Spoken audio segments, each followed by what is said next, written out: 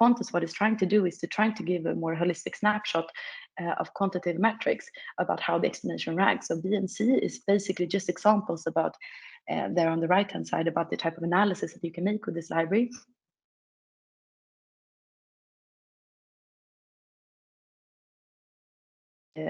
Understandable Machine Intelligence Lab, which is a part of the machine learning group at TU Berlin. And I'm approximately 1.5 years into my PhD, a little bit less, and have since start worked on different explainable AI topics, everything from like robustness of explanations to more Bayesian learning.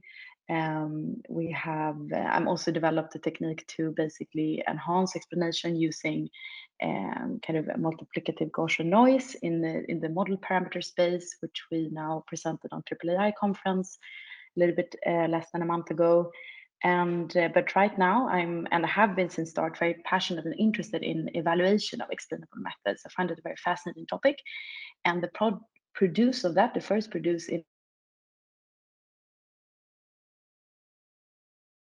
built together with the other researchers at Fraunhofer Institute, and also together with some people in my own lab, Marina supervisor project, and I'm super excited to talk about it today. Yeah, what else could be said? Yeah, for me, I before my PhD, I did some other things like related to machine learning, started a master in machine learning, bachelor's in engineering, and have been doing some machine learning work also on the side. But let's go. So on today's agenda, I'm going to do 3 things. We're going to do some library overview and then some live coding, and a little bit of a Q&A in the end if you have any questions. But I'm also appreciate interactive, if you like presentation to be interactive. So if you have any questions, please don't be afraid to stop me, and we can clarify it while we go too. So when it comes to the project motivation, so the goal of this project has been to provide like explainable AI research with a toolkit that helps to automate evaluation of explainable methods. And evaluation in itself is quite difficult. It's basically an unsupervised learning problem in the traditional machine learning sense. We don't have any ground truth data about how explanation should look like. That's kind of what the explanation function is trying to solve. Like it's trying to give an insight into what's happening in a more complex function. And for this very reason, we don't sit with an understanding of how an explanation should look like. We know that it's an explainable function that lies in some interpretable semantic space that we can, as humans, understand and make use of. But it's hard to say something concrete and to learn this explanation function because, as we said, we don't have these labels available. And this makes, I mean, evaluation difficult. It's also very entangled with human interpretation is subjective. Explanations are catered towards humans, and in that way they have to be meaningful towards us. So we can't just also factor out what we think, but it can also make the space very messy. I would say evaluation in explainable AI is a grossly understudied topic. It's something that remains typically in many evaluation papers, like in many explanation papers, you have a very one-sided evaluation. Yeah, there's a lot of challenges there. It's fascinating, and this is what Quantus is about. So what has been happening, because it's a challenging space, you often rely on like qualitative assessment, and you see there on the different images there under A, you have different explanation methods, like typical gradient-based explanation methods, salience, integrated gradients, gradient trap, and fusion grad. It's just a bunch of them, and without any like further understanding, this is basically explanations of the class ladybug of ImageNet dataset. And with any further understanding, it's hard to judge which explanation makes sense, like which one is better than the other, and does it provide us with informative insights into the decision making of the model. Hard to say from this. So Quantus, what it's trying to do is to trying to give a more holistic snapshot of quantitative metrics about how the explanation ranks. So B and C is basically just examples about, there on the right-hand side, about the type of analysis that you can make with this library.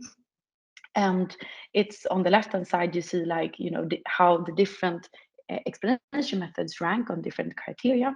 And on the right-hand side under C, you basically, it's more of a involved analysis, trying to see how the ranking of the different explanation methods changes as you change some of the hyperparameters of the metric. But we can go into that later, but just kind of showcase some stuff you could do with the library and why it's existing.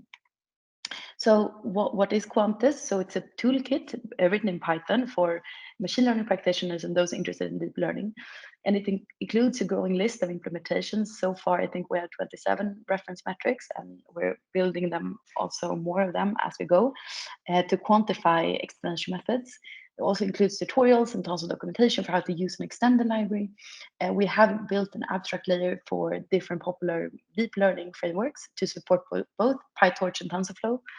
The first iteration was focused on metrics for feature importance methods and the image classification use case, because this is what in my research lab we are mostly concerned about. But we have actually most recently in the last release last week, we also extended it to time series data, and so we kind of built more flexibility to the toolkit as we go, and it is nice because it's basically triggered by interest of others. So I like to see Quantus as something evolving, and we're building features based on what is requested by the community itself. And so, but yeah, and some comparison of, so I just wanted to say, like, this kind of table is from the paper that is in the preprint right now, but this table showcases basically compare different explainable AI libraries, or Quantus down on the last row. And essentially what it shows is that, like, the popular explainable AI libraries have kind of not really given so much time or love spent to this, I think, important topic of explainable evaluation. It's basically only like one or two metrics in these libraries that exist. So I think Quantus serves and address a research gap in this particular sense. Yes, and just to more concretely show like how you can use Quantus, we're going to go to a notebook example later, but you can score attributions or your explanations in one-liners, or you can make runs more involved with like some functionality created. So in this 4 lines, just with the import and with initialization of like the pixel flipping experiments, is one of the most common ways to evaluate the faithfulness of explanations. You can basically get some scores, and you would also need for this, like, you basically want to understand how your explanations are faithful to the model. And of course, you need a model, you need some X and Y samples, you need some labels and some data that you would like to explain, and also a batch would then hold the explanations and some parameters. But basically, this showcases how simple it is to use, and also there's some plotting functionality in some of the metrics, depending on the original implementation of the authors. Yeah, and yeah, it's just like you will see it much more clearly, I think, in the following how we use it. Yes, before going over to the live coding, I just wanted to stop and talk a little bit about like some design principles by developing the software. It's designed to be highly customizable and easily expandable, and this is like something that is important to me, because when you are thinking about these metrics and what defines them, it's usually some sort of logic for evaluating explanations, but it's also you can imagine a scenario where you can change a lot of the different hyperparameters of the metrics, like, and I wanted that to be kind of not predefined, but rather something the user could customize. And I wrote something about the base metric class here. What do I want to say? Yes, I wanted to show a little bit how Quantus is structured, like the software itself. So I hope you see my screen. It probably is quite small right now, but let's go to the Quantus folder where the source code is. You can see this also on the repo, of course. But if we go to the matrix itself, you can just check out the base class. If I make it a bit bigger, maybe. So this base class, I'm just going to show the simplicity of the implementation for how it's kind of very easily extendable. But we have, of course, some initialization, the initialization of different arguments for what makes up the metric. And then we have simply a model call, which basically takes some input data and some labels and some attributions, and maybe if you have a segmentation masks, if you want to do some localization evaluation on the explanation methods.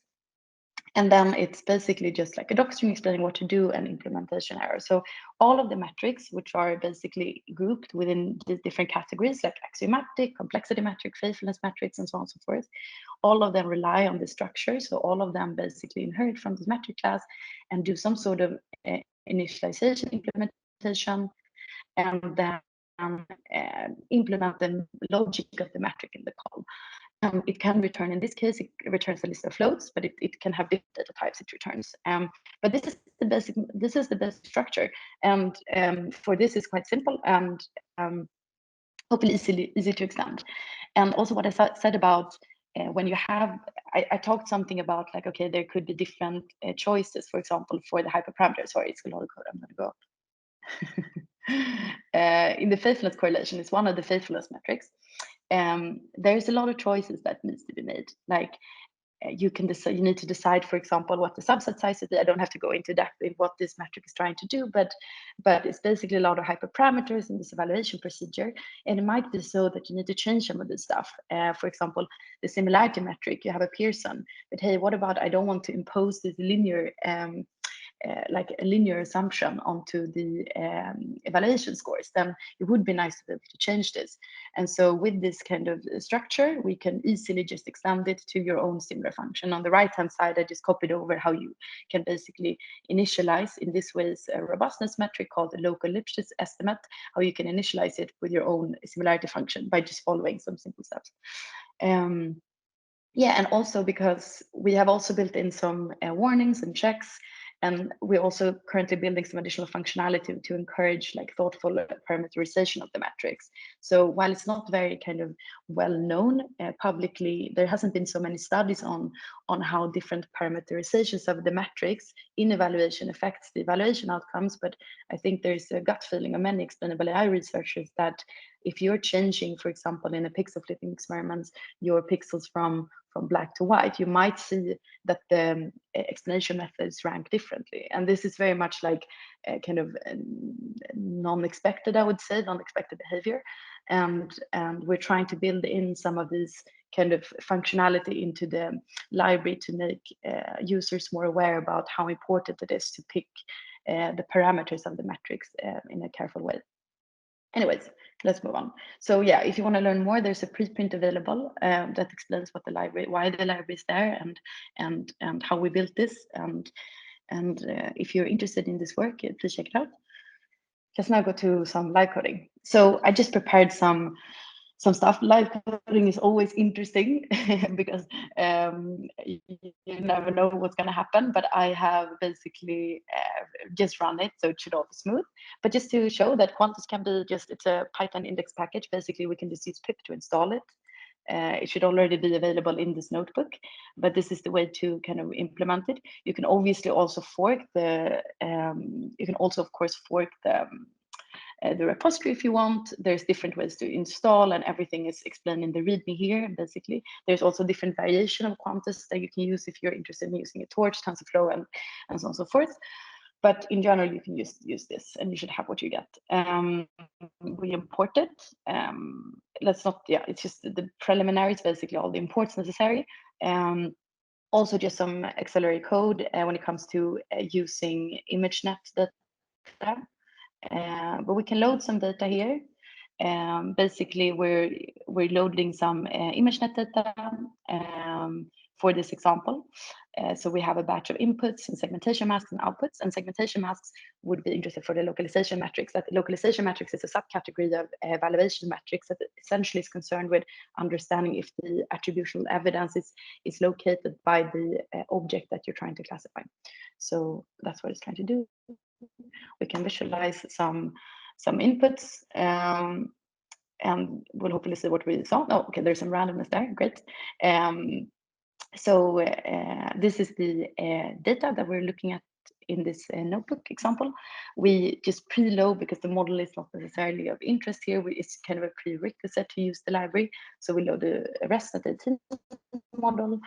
which has a good test accuracy for this problem looking at. We could also load some explanations.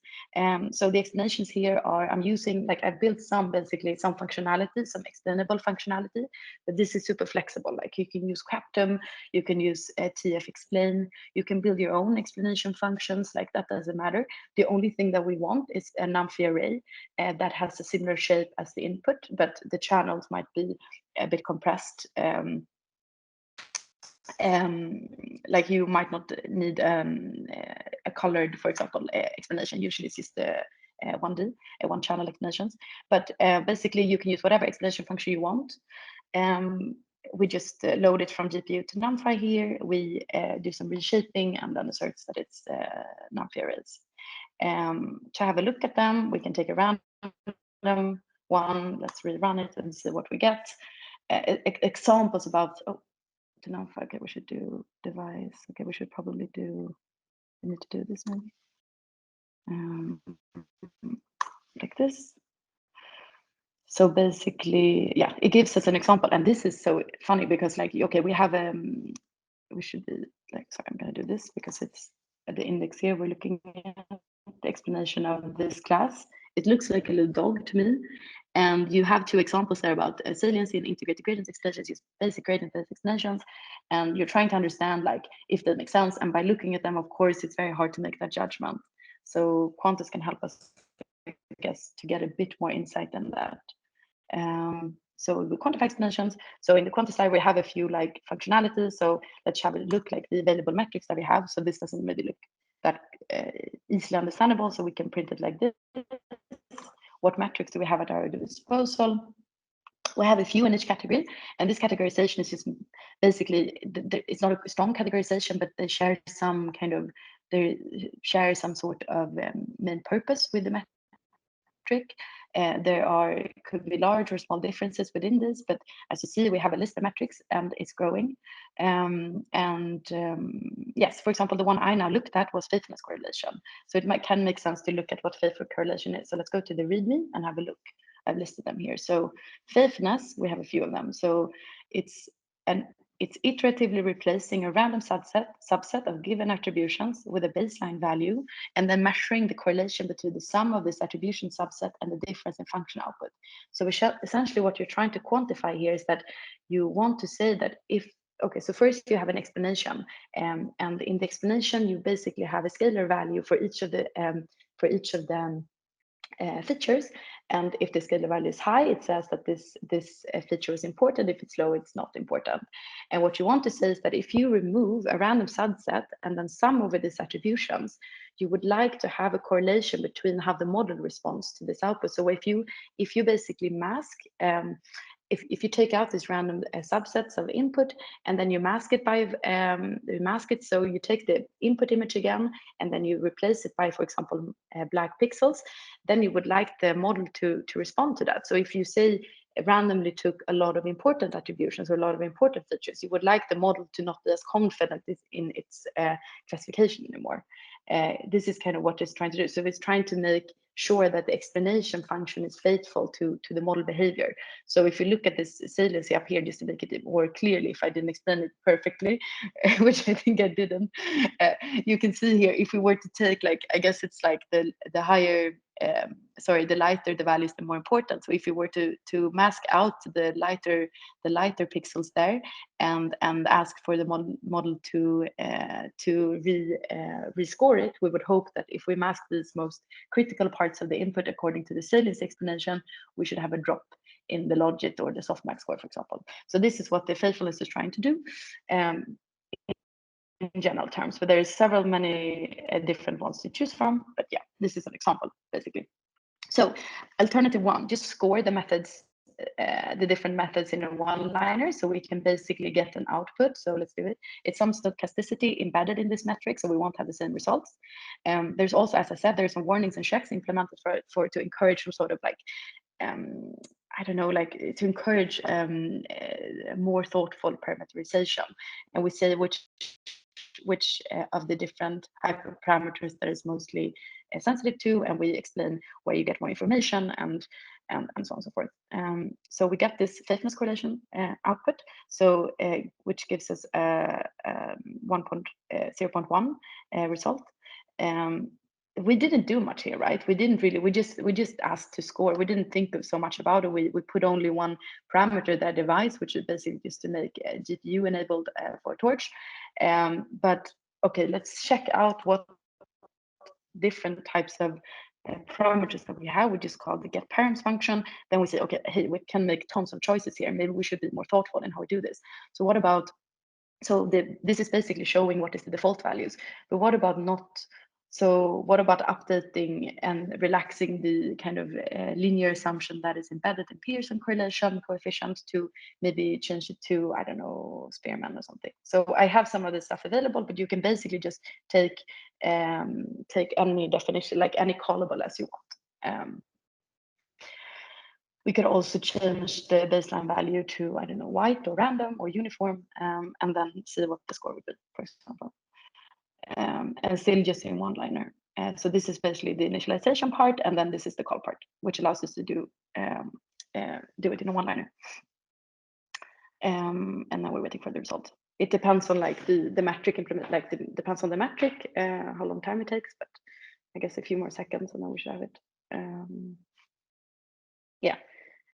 So we get it's like different results. And this is interesting because usually you wouldn't hope that maybe there is a huge difference in how you parameterize it. But yes, as I kind of reinforced a couple of times already in this presentation, this is and at least my learning from developing this library, that it's highly sensitive. Okay, so Quantus also has some other stuff. So what about doing more like interesting stuff? So we, in the beginning here, we took like, we just said that, okay, we have some integrated gradients explanations and some Saley explanation. What about comparing them? Like see how they rank. Is some explanation method more faithful, more localized, more robust, more complex? Let's check it out. So the alternative two is to score several explanation methods and multiple criteria at once.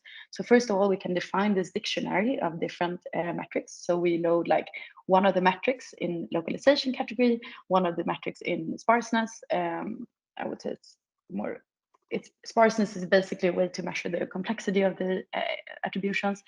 And then faithfulness, we can take the same one.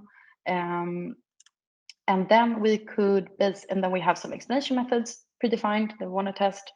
And then we can use this, we can leverage this evaluate function, which allows us to insert some metrics, some explanation methods. We need a model, some data, attributions.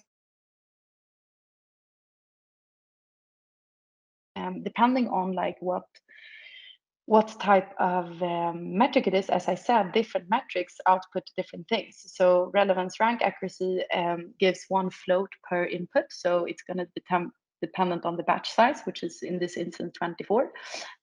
So we're going to have different outputs, and we need some sort of aggregate function, I suppose. I think we take the mean out of this scores in this instance, and then we can rescore. So let's try to run this.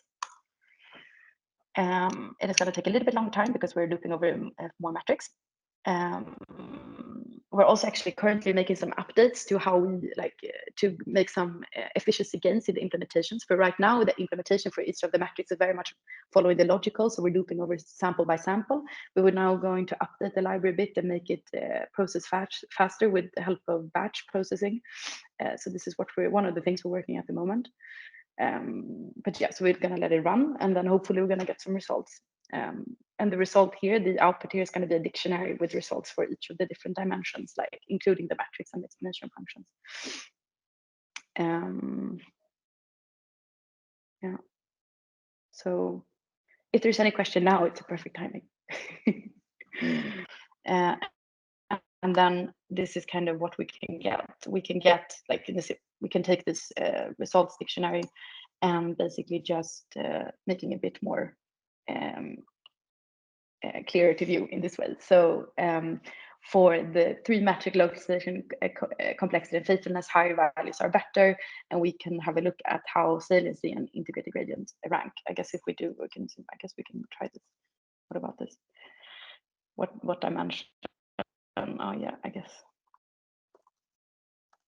Let's see if this is better. Yeah. Okay. So we can see, like for example, then it's in ascending. So basically, higher values are better. And when it comes to ranking, so saliency wins in localization. If you were to simplify that kind of scenario in complexity criteria, integrated gradient seems better. In faithfulness, saliency, like, and you can do this again and again, and you can do many different types of. So basically, as we saw here, there's many different types of empirical kind of definitions of robustness, and you can change and update and experiment with whatever you find feasible to your use case.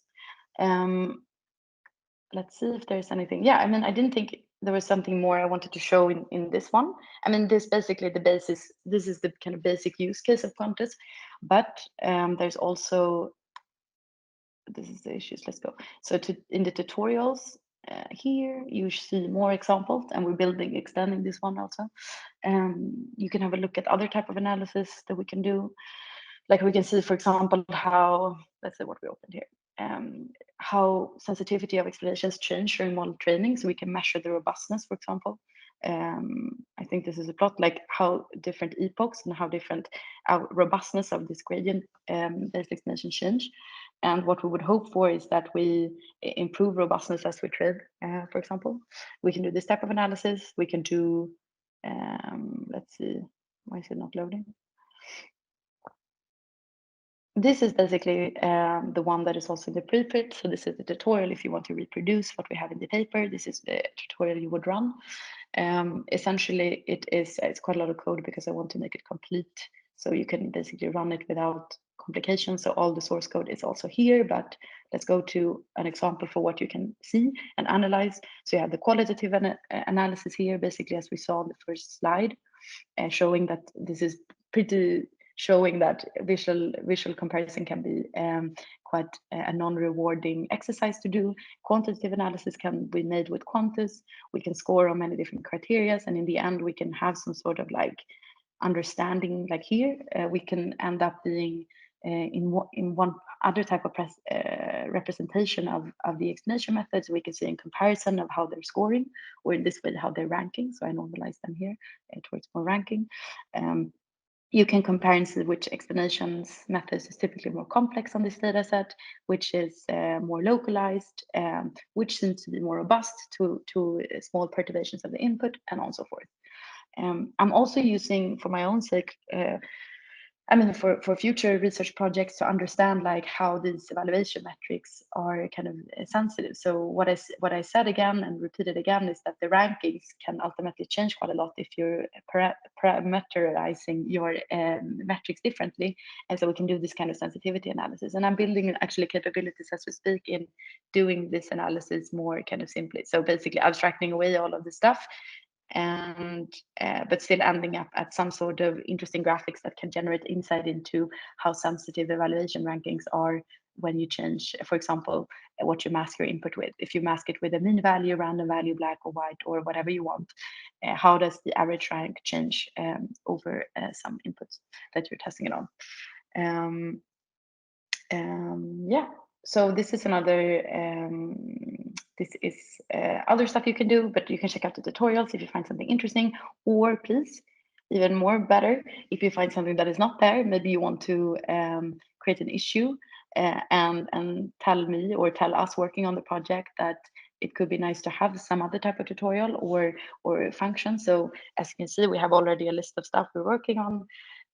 If you want to collaborate, I would be more than happy. We are currently 8 having contributed so far. And yeah, I'm just looking forward to what comes out from this project.